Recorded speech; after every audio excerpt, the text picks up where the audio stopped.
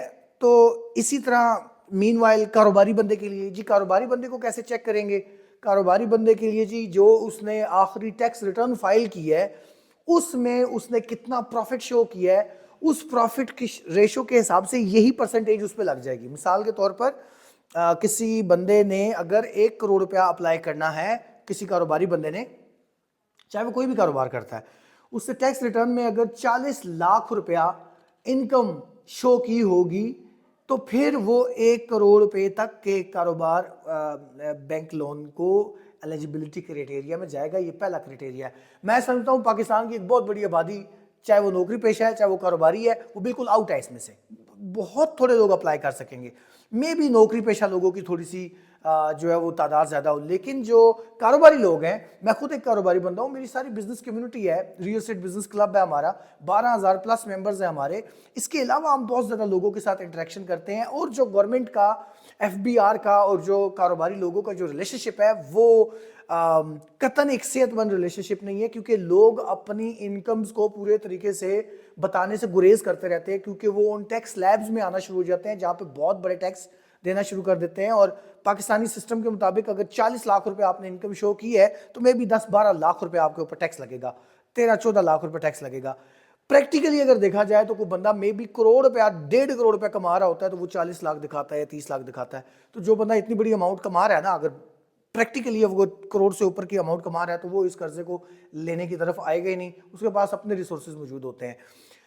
اس کے علاوہ اگر دیکھا جائے جس نے پریکٹیکلی 40 لاکھ روپیہ شو کیا ہے اور وہ اس نے ٹیکس دیا اس کے اوپر، اور ٹیکس ریٹرن کے اوپر وہ آ رہا ہے، تو میرا خیال ہے کہ وہ پریکٹیکلی بندہ پیسہ زیادہ کما رہا ہوتا ہے، وہ بھی اس ایلیجیبلٹی کرائٹیریا پہ پورا اترے گا، لیکن اس کو ضرورت نہیں ہوگی۔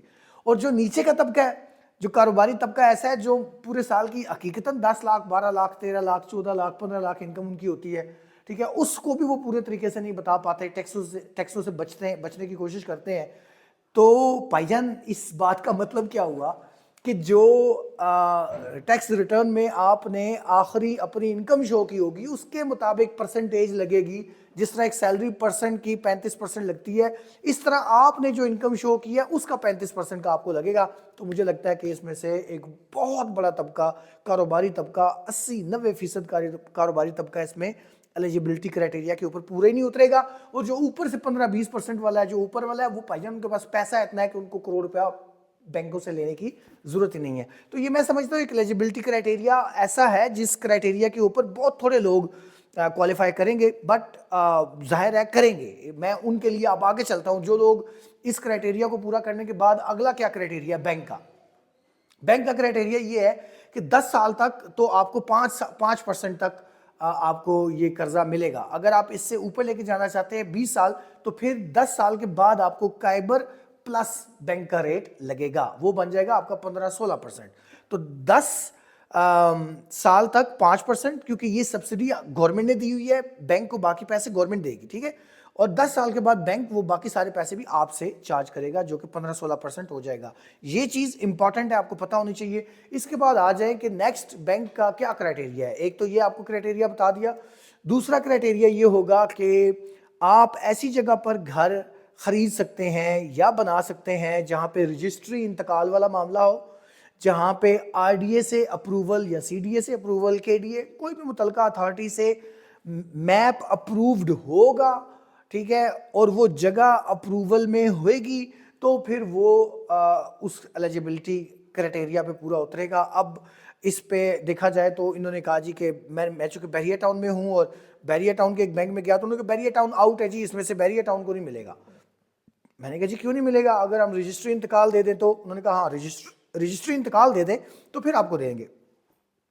تو یہ نیکسٹ ایک ایسا کرائٹیریا ہے جس کرائٹیریا کے اوپر دیکھا جائے تو مارکیٹ کے بہت بڑے علاقے، بہت بڑی مارکیٹ کا سیگمنٹ جو ہے وہ آؤٹ ہو جائے گا، وہ اس پہ کوالیفائی نہیں کرے گا۔ بہت تھوڑی جگہ ایسی رہ جائیں گی جہاں یہ قرضہ مل سکے گا۔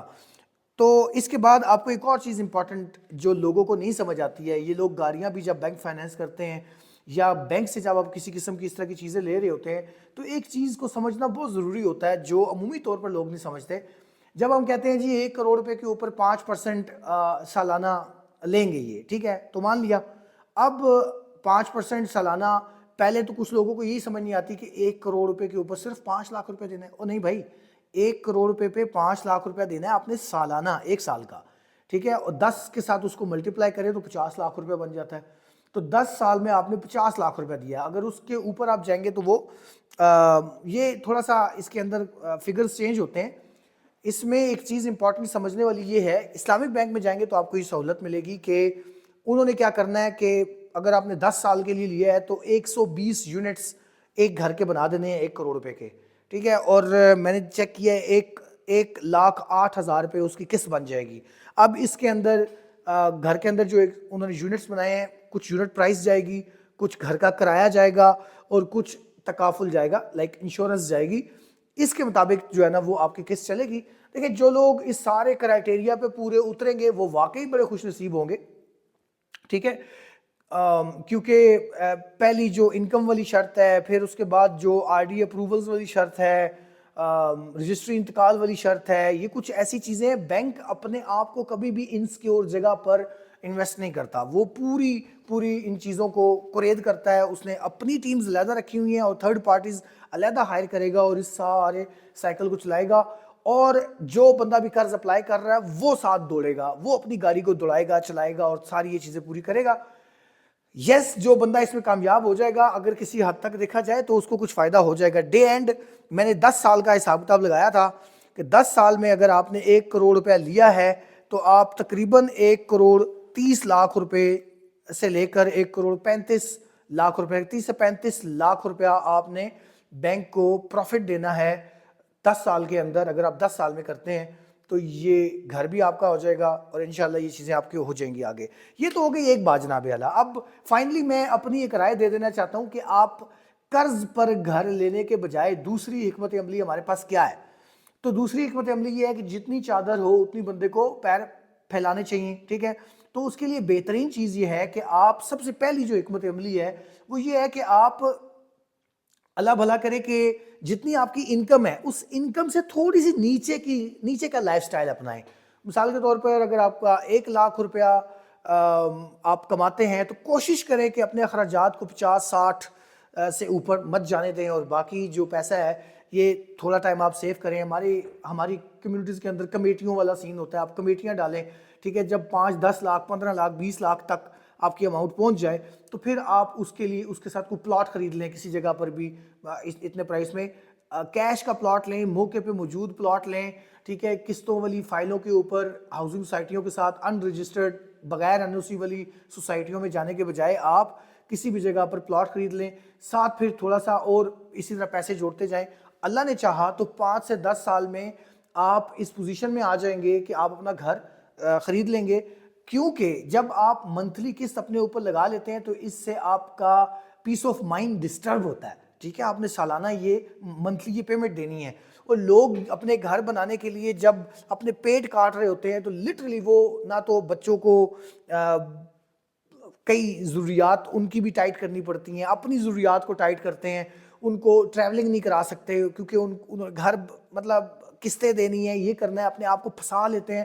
لوگ ساری زندگی ایک گھر بنانے کے لیے اپنے آپ کو اس لیول تک تنگ اور پریشان رکھتے ہیں کہ زندگی بھر جو ہے وہ اپنی بہت ساری مشکلات کا شکار رہتے ہیں. تو میں سمجھتا ہوں فائنینشیل فریڈم یہ نہیں ہے کہ آپ نے گھر اپنا بنا لیا. فائنینشیل فریڈم یہ ہے کہ آپ زندگی گزار رہے ہیں، آپ کی زندگی نشیب و فراز میں سے گزرتی ہے، آپ کے بچوں کی کوئی ضروریات بڑھتی ہیں، آپ کے گھر میں کوئی بیماری آ جاتی ہے اور کچھ ایسا آ جاتا ہے تو یہ ایسڈ چھوٹے چھوٹے جو بنے ہوں گے یہ زندگی میں آپ کو ایز آف مائنڈ دیں گے، پیس آف مائنڈ دیں گے، ٹھیک ہے. اور اللہ نے چاہا دعا کرتے رہیں، اللہ سے دعا کریں، قطعاً سود میں مت جائیں، ساتھ ساتھ پیسے اکٹھے کریں، چھوٹے چھوٹے ایسے جو ہے نا وہ ایسٹس بنائیں.